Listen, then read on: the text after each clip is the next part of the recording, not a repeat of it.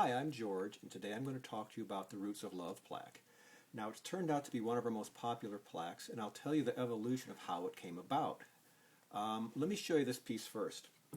This is the Life plaque. The original of this I carved out of Indiana limestone, and by carving it I use little hammers and chisels, and most of the chisels I make myself because I just couldn't find chisels small enough. So Indiana limestone is a really kind of a coarse stone. It's the same stone that the National Cathedral is made out of. A lot of post offices have windowsills and steps made out of it. And the thing I like about Indiana limestone is a coarse stone. It's almost like a compressed oatmeal. It's made out of shells, basically. So you can't get exact detail. You only capture the essence of what you're after. And I love that rough, ragged look. It makes it look old in my mind. So after I carved all the leaves, then I went down and carved the word life in it. And this is one of my favorite pieces. I have it in my house, and people were buying it for a lot of reasons. They were buying them for weddings, anniversaries, and sometimes if someone was in the hospital, they'd give them this gift as more of an inspirational piece to get well. So I love the image so much I wanted to do another plaque for anniversaries, so I wanted to reproduce this on a smaller plaque. So using our mold making system we have going, we cast this stone and reproduced it and put it on this plaque. Now if you look down here, this is an exact duplication of my original carving, but now it's on a clay format.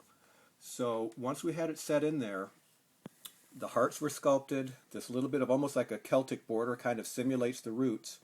And then a typeface had to be picked. And it had to be something kind of light and airy, not heavy like the original life I carved into it. So that was put into the plaque, and then you can see a little bit of texture going throughout to make it look like it's stone. And it makes it blend into the flower bed a little bit better. It doesn't look like something man-made. It just looks like a piece of stone that's been hammered on. And on the back, you'll see there's a stainless steel hook, so you can hang it outside. You never have to worry about the ice and snow. They're not going to break. They're not going to crack. When I originally started doing these pieces, I would always give my mom the first version to show her what I'm up to. But the problem with my mom was she'd always put them in a drawer so they'd be in a nice, safe place. And I would tell her, Mom, it's meant to be outside. Please hang it outside. Well, she's afraid something's happened to it. Somebody will steal it. So, she had a backyard that no one ever went into. So she'd always put it in the drawers, and no matter how much I tried to persuade her, that's where they were. So feel free to hang it outside, and you can always get another one if something happens to it. But I doubt if anything will. So just enjoy it. Hang it out. It looks great to see it with snow on top. People love to send photos in of these when they're hanging in Minnesota or Maine, and oftentimes there'll be a little pile of snow on it as they're hanging on their fence. And we love getting those photographs, so if you have anything like that, feel free to send them in. Another interesting aspect about these plaques is, as I mentioned, they were a spin-off of my early stone carvings, and I really envisioned all of them hanging outside. I didn't know people were going to hang them inside. But as time went on and the images started lending themselves to indoor pieces, like this looks great indoors, we found out almost half of these go inside.